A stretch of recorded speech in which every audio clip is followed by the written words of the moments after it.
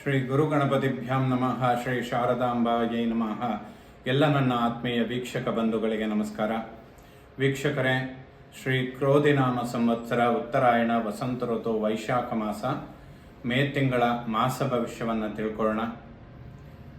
ಈ ಮಾಸದಲ್ಲಿ ಬದಲಾಗುವಂತಹ ಗ್ರಹಗಳನ್ನು ತಿಳ್ಕೊಳ್ಳೋಣ. ಮೇ 1ನೇ ತಾರೀಕು ಗುರುಬ್ರಹ್ಮ ಮೇಷರಾಶಿಯಿಂದ ವೃಷಭ ರಾಶಿಯನ್ನು ಪ್ರವೇಶ ಮಾಡ್ತಾನೆ. ಗುರುವಿನ ಪರಿವರ್ತನೆ ಅತ್ಯಂತ ಮಹತ್ತರವಾದದ್ದು. ಸೊ ಗುರುಬಲದ ವಿಶ್ಲೇಷಣೆಯ ಜೊತೆಯಲ್ಲೇ ಮಾಸ ಭವಿಷ್ಯವನ್ನು ಕೂಡ ತಿಳ್ಕೊಳ್ಳುವಂತಹ ಪ್ರಯತ್ನ ಮಾಡೋಣ. ಮೇ 10ನೇ ತಾರೀಕು ಬುಧ ಮೇಷರಾಶಿಯನ್ನು ಪ್ರವೇಶ ಮಾಡ್ತಾನೆ. ಮೇ 14ನೇ ತಾರೀಕು ಸೂರ್ಯ ವೃಷಭ ರಾಶಿಯನ್ನು ಪ್ರವೇಶ ಮಾಡ್ತಾನೆ. ಮೇ 19ನೇ ತಾರೀಕು ಶುಕ್ರ ವೃಷಭ ರಾಶಿಯನ್ನು ಪ್ರವೇಶ ಮಾಡ್ತಾನೆ. ಈ ಎಲ್ಲ ಬದಲಾಗುವಂತಹ ಗ್ರಹಗಳಿಂದ ಮೇ ತಿಂಗಳಲ್ಲಿ ವೃಶ್ಚಿಕ ರಾಶಿಯವರಿಗೆ ಯಾವ ರೀತಿಯ ಫಲಾಫಲಗಳು ಸಂಭವಿಸುತ್ತೆ, ಜೊತೆಗೆ ಗುರುವಿನ ಪರಿವರ್ತನೆ ಅನ್ನುವಂಥದ್ದು ಯಾವ ರೀತಿಯ ಶುಭ ಫಲಗಳನ್ನು ಕೊಡುತ್ತೆ ಅನ್ನುವಂಥದ್ದನ್ನು ವೀಕ್ಷಣೆ ಮಾಡೋಣ.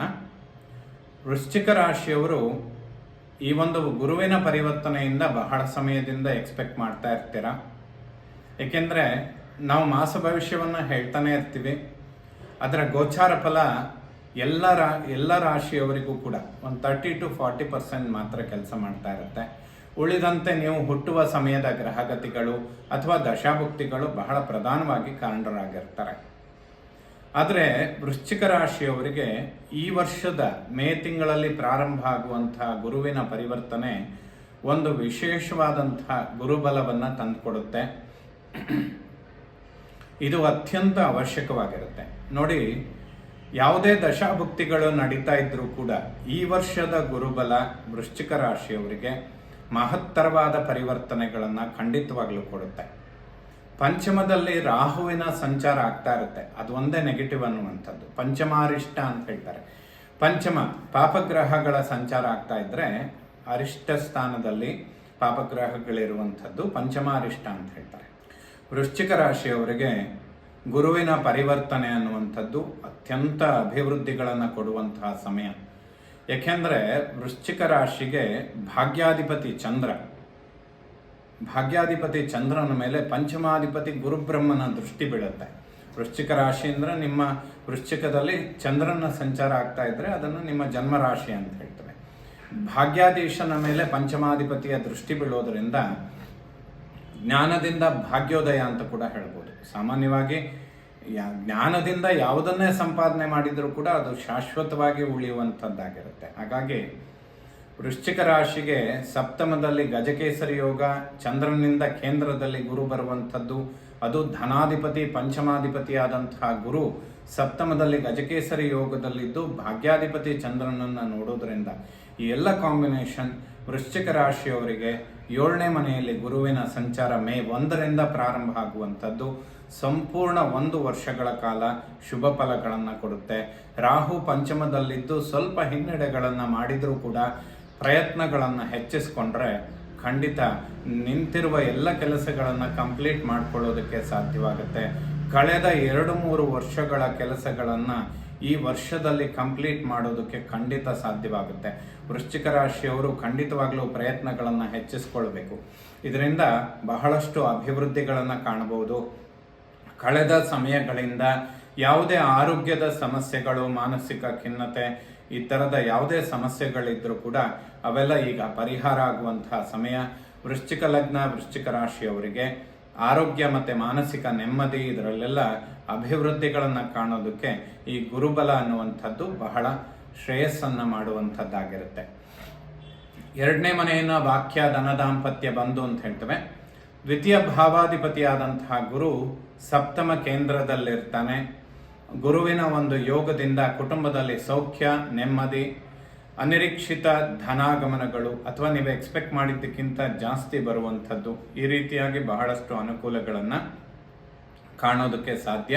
ಕುಟುಂಬದಲ್ಲಿ ಸೌಖ್ಯ, ನೆಮ್ಮದಿ, ಧನಾಗಮನ, ವಿಶೇಷವಾದಂತಹ ನೆಮ್ಮದಿಗಳನ್ನು ಕಾಣೋದಕ್ಕೆ ಸಾಧ್ಯವಾಗುತ್ತೆ. 3ನೇ ಮನೆಯನ್ನು ಒಡಹುಟ್ಟು ಸೋದರ ಪರಾಕ್ರಮ ಸ್ಥಾನ. ತೃತೀಯಾಧಿಪತಿ ಶನಿ ಮಹಾತ್ಮ 4ಥ ಕೇಂದ್ರದಲ್ಲಿದ್ದಾನೆ. ಪಾಪಗ್ರಹಗಳಿಗೆ ಕೇಂದ್ರ ಸ್ಥಾನ ಶುಭ ಅಂತ ಹೇಳ್ಬೋದು. ಒಡಹುಟ್ಟುಗಳ ನಡುವೆ ಮೈತ್ರಿ ವಾತ್ಸಲ್ಯಕ್ಕೆ ಶುಭ ಫಲಗಳನ್ನು ಕಾಣೋದಕ್ಕೆ ಸಾಧ್ಯವಾಗುತ್ತೆ. ಭ್ರಾತೃಕಾರಕನಾದಂತಹ ಕುಜ ಅಥವಾ ಲಗ್ನಾಧಿಪತಿಯಾದಂತಹ ಕುಜ ಪಂಚಮದಲ್ಲಿ ರಾಹುಗ್ರಸ್ತನಾಗಿರ್ತಾನೆ ಜುಲೈ 1ರ ತನಕ. ಈ ಒಂದು ಕಾಲಘಟ್ಟದ ಸಮಯ ಏನಿದೆ, ಆಲ್ಮೋಸ್ಟ್ ಮೇ 1ನೇ ತಾರೀಕಿಂದ ಗುರುಬಲ ಪ್ರಾರಂಭ ಆದರೂ ಕೂಡ 1 ತಿಂಗಳ ಕಾಲ ಸ್ವಲ್ಪ ಆರೋಗ್ಯದ ಬಗ್ಗೆ ಗಮನ ಕೊಡಬೇಕು. ಉಷ್ಣದ ಪ್ರಕೋಪಗಳು ಹೆಚ್ಚಾಗುವಂಥದ್ದು, ಶರೀರದಲ್ಲಿ ಏನಾದರೂ ಚರ್ಮಕ್ಕೆ ಸಂಬಂಧಪಟ್ಟಂತಹ ತೊಂದರೆಗಳು ಬರುವಂಥದ್ದು, ಇಂಥದ್ದಕ್ಕೆ ಅವಕಾಶಗಳಿರುತ್ತೆ. ಸುಖ ಸ್ಥಾನದಲ್ಲಿ, ವಾಹನ ಸ್ಥಾನದಲ್ಲೇ ಸಂಚಾರ ಮಾಡುವಂತಹ ಶನಿ ಮಹಾತ್ಮ ಜನ್ಮ ಲಗ್ನ ರಾಶಿಯನ್ನು ನೋಡೋದ್ರಿಂದ ವಾಹನ ಚಾಲನೆ ಮಾಡುವಂತಹ ವಿಚಾರಗಳು ಕೂಡ 1 ಮಾಸಗಳ ಕಾಲ ಅಂದರೆ 1 ತಿಂಗಳ ಕಾಲ ಸ್ವಲ್ಪ ಎಚ್ಚರಿಕೆಯನ್ನು ವಹಿಸ್ಕೊಳ್ಬೇಕು. ಉಳಿದಂತೆ ಈ ಗುರುಬಲ ವೃಶ್ಚಿಕ ರಾಶಿಯವರಿಗೆ ಎಲ್ಲ ವಿಚಾರಗಳಲ್ಲೂ ಕೂಡ ಅಭಿವೃದ್ಧಿಗಳನ್ನು ಕೊಡುತ್ತೆ. 4ನೇ ಮನೆ ವಿದ್ಯೆ, ಮಾತೃ, ವಾಹನ, ಸುಖ, ಪ್ರಾಪರ್ಟಿ ಅಂತ ಹೇಳುತ್ತೆ. ಸ್ವಕ್ಷೇತ್ರ 4ರಲ್ಲಿರುವಂತಹ ಶನಿ ಮಹಾತ್ಮ ವಿದ್ಯಾರ್ಜನೆ ಮಾಡುವಂತಹ ಮಕ್ಕಳಿಗೆ ಶುಭ ಫಲಗಳನ್ನು ಖಂಡಿತ ಕೊಡ್ತಾನೆ. ಸ್ವಲ್ಪ ಆರೋಗ್ಯದಲ್ಲಿ ಸಣ್ಣ ಪುಟ್ಟ ವ್ಯತ್ಯಾಸಗಳು ಉಂಟಾಗುವಂತಹ ಸಂದರ್ಭಗಳಿರುತ್ತೆ. ಈಶ್ವರನ ಆರಾಧನೆ ಮಾಡಿ ಈ ಎಲ್ಲ ವಿಚಾರಗಳಿಗೆ, ಯಾಕೆಂದ್ರೆ ಸಂತಾನ ಮಕ್ಕಳಿಗೆ ಏನಾದರೂ ತೊಂದರೆ ಆಗತ್ತೆ ಅಂದಾಗ ಅದಕ್ಕೆ ಬೇಕಾದಂತಹ ಸಣ್ಣ ಪುಟ್ಟ ಪರಿಹಾರಗಳನ್ನು ಮಾಡಿಕೊಳ್ಳುವುದು ಉತ್ತಮ.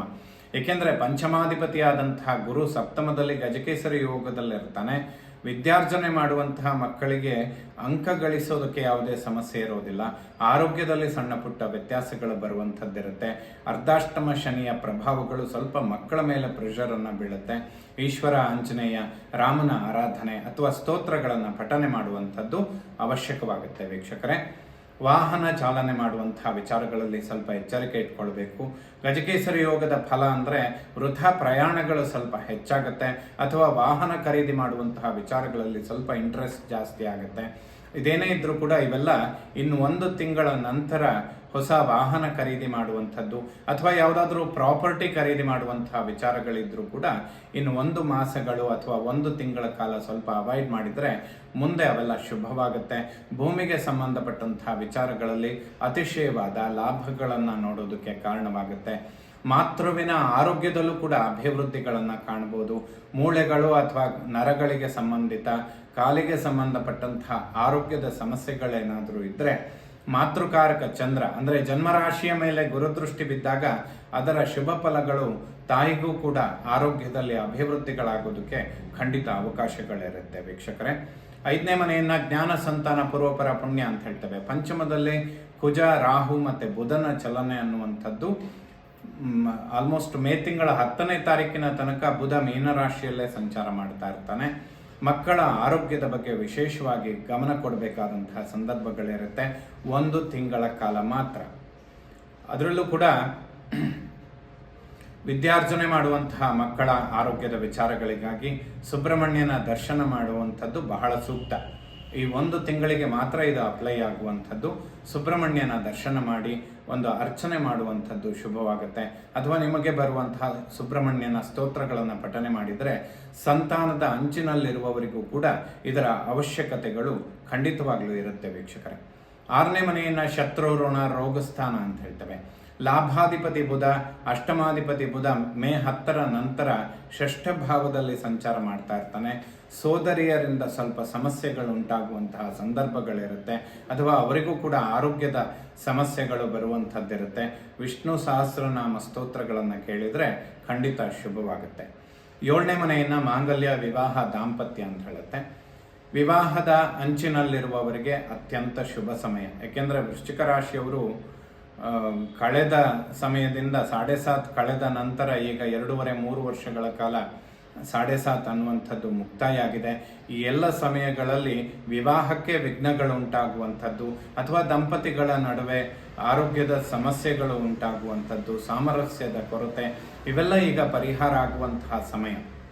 ಬಹಳ ಸಮಯದಿಂದ ವಿವಾಹ ಇಂಥದ್ದೆಲ್ಲ ವಿಳಂಬ ಆಗ್ತಾ ಇದ್ರೆ ಖಂಡಿತ ಈಗ ಆ ವಿಚಾರಗಳಲ್ಲಿ ಸಕ್ಸಸ್ ಅನ್ನು ಕಾಣೋದಕ್ಕೆ ಸಾಧ್ಯವಾಗುತ್ತೆ. ವೃಶ್ಚಿಕ ರಾಶಿಯವರಿಗೆ ಇದು ಅದ್ಭುತವಾದಂತಹ ಗುರುಬಲ. ಮಾಂಗಲ್ಯ ಸ್ಥಾನದಲ್ಲಿರುವಂತಹ ಗುರು ವಿಶೇಷವಾಗಿ ವಿವಾಹಕ್ಕೆ ಅಂತಾನೆ ಶುಭ ಫಲಗಳನ್ನು ಕೊಡ್ತಾನೆ ಅಂತ ಕೂಡ ಹೇಳಬಹುದು. ಹಾಗಾಗಿ ಮಂಗಳ ಕಾರ್ಯಗಳನ್ನು ನಿರೀಕ್ಷಿಸ್ತಾ ಇರುವಂಥವರಿಗೆ ಈ ಗುರುಬಲ ವಿಶೇಷವಾದ ಫಲಗಳನ್ನು ಕೊಡುತ್ತೆ.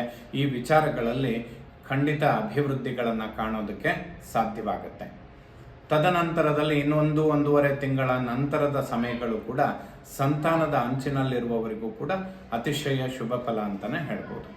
ಅಷ್ಟಮವನ್ನ ಮೃತ್ಯುಸ್ಥಾನ, ಗೌಪ್ಯ, ರಂಧ್ರಸ್ಥಾನ ಅಂತ ಹೇಳುತ್ತೆ. ಪಂಚಮದಲ್ಲಿರುವಂತಹ ಕುಜನ ದೃಷ್ಟಿ ಅನ್ನುವಂಥದ್ದು ಅಷ್ಟಮ ಭಾವದ ಮೇಲೆ ಬೀಳುತ್ತೆ. ಹಾಗಾಗಿ ಗುರುಬಲ ಪ್ರಾರಂಭ ಆದರೂ ಕೂಡ 1 ತಿಂಗಳ ಕಾಲ ಕುಜನ ಸಂಚಾರ ಸ್ವಲ್ಪ ವಿಷಮ ಸ್ಥಾನಗಳಲ್ಲಾಗೋದ್ರಿಂದ ಸಣ್ಣ ಪುಟ್ಟ ಆರೋಗ್ಯದ ವ್ಯತ್ಯಾಸಗಳನ್ನು ಕುಜ ಕೊಡ್ತಾನೆ. ಇದಕ್ಕೆ ಸುಬ್ರಹ್ಮಣ್ಯನ ಸ್ತೋತ್ರ ಪಠನೆ ಮಾಡಿ, ಇಲ್ಲ ಈ ಮಾಸದಲ್ಲಿ ಒಮ್ಮೆ ಆದರೂ ಸುಬ್ರಹ್ಮಣ್ಯನ ದರ್ಶನ ಮಾಡಿ ಅರ್ಚನೆ ಅಥವಾ ಅಭಿಷೇಕ ಇಂತಹ ಸೇವೆಗಳನ್ನು ಮಾಡ್ಕೊಳ್ಳಿ, ಖಂಡಿತ ಶುಭವಾಗುತ್ತೆ. ಯಾಕೆಂದರೆ ಆಲ್ಮೋಸ್ಟ್ ಮಾಸ ಭವಿಷ್ಯಗಳನ್ನು ನೀವು ನೋಡ್ಕೊಳ್ತಾನೆ ಬಂದಿರ್ತೀರ. ಸಂಪೂರ್ಣ 1 ವರ್ಷಗಳ ಕಾಲ ಗುರು ಶುಭ ಫಲಗಳನ್ನು ಕೊಡೋದಕ್ಕೆ ರೆಡಿಯಾಗಿದ್ದಾನೆ. ಅವನಿಂದ ನೀವು ಬಹಳಷ್ಟು ಎಕ್ಸ್ಪೆಕ್ಟ್ ಮಾಡ್ಬೋದು. ಖಂಡಿತ ಅವೆಲ್ಲ ಪೂರೈಸುವ ಪ್ರಯತ್ನಗಳನ್ನು ಗುರುಬ್ರಹ್ಮ ಖಂಡಿತವಾಗ್ಲೂ ಮಾಡ್ತಾನೆ. ಈ 1 ಮಾಸದಲ್ಲಿ ಸ್ವಲ್ಪ ಸರ್ಪದೋಷಗಳಿಂದ ಉಂಟಾಗುವಂತಹ ಸಣ್ಣ ಪುಟ್ಟ ವ್ಯತ್ಯಾಸಗಳನ್ನು ಗಮನಿಸ್ಕೊಂಡ್ರೆ ಮುಂಬರುವಂತಹ ದಿನಗಳಲ್ಲಿ ಖಂಡಿತವಾಗ್ಲೂ ಶುಭ ಫಲಗಳನ್ನು ಪಡೆಯೋದಕ್ಕೆ ಸಾಧ್ಯ ಆಗುತ್ತೆ. ಶುಕ್ರನು ಕೂಡ ಈ ತಿಂಗಳ 19ರ ನಂತರ ಸಪ್ತಮ ಭಾವವನ್ನು ಪ್ರವೇಶ ಮಾಡುವುದರಿಂದ ವಿವಾಹ ಇಂತಹ ಮಂಗಳ ಕಾರ್ಯಗಳು ಅತಿ ಶೀಘ್ರವಾಗಿ ಮುಂದುವರಿಯೋದಕ್ಕೆ ಸಾಧ್ಯವಾಗುತ್ತೆ. 9ನೇ ಮನೆಯನ್ನು ಭಾಗ್ಯಸ್ಥಾನ ಅಂತ ಹೇಳ್ತೇವೆ. ಭಾಗ್ಯಸ್ಥಾನದ ಮೇಲೆ ಯಾವುದೇ ಪಾಪಗ್ರಹಗಳ ದೃಷ್ಟಿ ಬೀಳೋದಿಲ್ಲ. ಭಾಗ್ಯಾಧಿಪತಿ ಚಂದ್ರ ನಿಮ್ಮ ಜನ್ಮರಾಶಿಯಲ್ಲೇ ಇದ್ದು ಗುರುದೃಷ್ಟಿ ಬೀಳೋದ್ರಿಂದ ಭಾಗ್ಯೋದಯವಾಗುತ್ತೆ ಅಂತ ಕೂಡ ಹೇಳ್ಬೋದು. ಪಿತ್ರಾರ್ಜಿತ ಆಸ್ತಿಗಳಿಗೆ ಸಮಸ್ಯೆಗಳ ಪರಿಹಾರ ಮಾಡಿಕೊಳ್ಳೋದಕ್ಕೂ ಕೂಡ ಈ ಗುರುಬಲ ಬಹಳಷ್ಟು ಸಹಾಯವಾಗುತ್ತೆ. ದಶಮವನ್ನು ಕರ್ಮ ಉದ್ಯೋಗ ಸ್ಥಾನ, ಕರ್ಮಾಧಿಪತಿ ಸೂರ್ಯ ಗುರುಬ್ರಹ್ಮನ ಯುತಿಯಲ್ಲೇ ಸಂಚಾರ ಮಾಡ್ತಾನೆ ಮೇ 14ರ ನಂತರ. ಸರ್ಕಾರಕ್ಕೆ ಸಂಬಂಧಪಟ್ಟಂತಹ ಉದ್ಯೋಗಗಳನ್ನು ಎಕ್ಸ್ಪೆಕ್ಟ್ ಮಾಡ್ತಾ ಇದ್ದರೆ ಖಂಡಿತ ಈ ಸಮಯದಲ್ಲಿ ಪ್ರಯತ್ನಗಳನ್ನು ಹೆಚ್ಚಿಸ್ಕೊಂಡ್ರೆ ಸಕ್ಸಸ್ಸನ್ನು ಕಾಣೋದಕ್ಕೆ ಸಾಧ್ಯವಾಗುತ್ತೆ.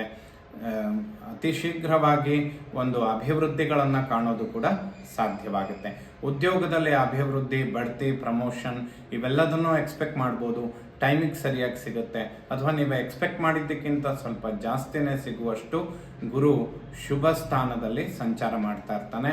ಶುಭ ಫಲಗಳನ್ನು ಗುರು ಖಂಡಿತವಾಗ್ಲೂ ಕೊಡ್ತಾನೆ. ಏಕಾದಶಿವನ್ನ ಲಾಭಸ್ಥಾನ, ಲಾಭದಲ್ಲಿ ಕೇತುವಿನ ಸಂಚಾರ ಅವನ ಮೇಲೆ ಗುರು ದೃಷ್ಟಿ ಬೀಳುತ್ತೆ.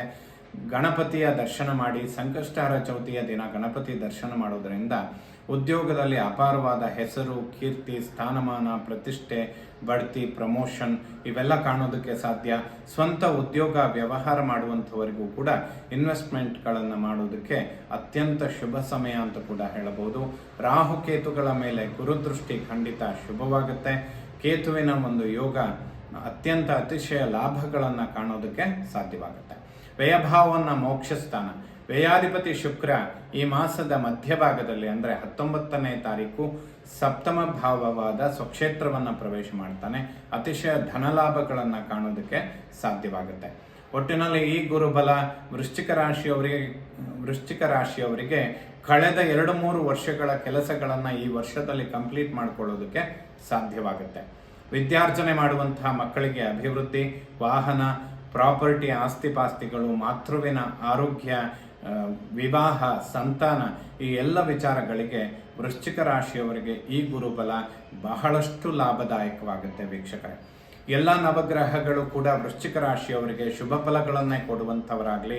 ಶ್ರೀ ಶಾರದಾ ಪರಮೇಶ್ವರಿಯ ಸಂಪೂರ್ಣ ಅನುಗ್ರಹ ಎಲ್ಲ ನನ್ನ ವೀಕ್ಷಕ ಬಂಧುಗಳ ಮೇಲಿರಲಿ. ಶುಭವಾಗಲಿ ವೀಕ್ಷಕ.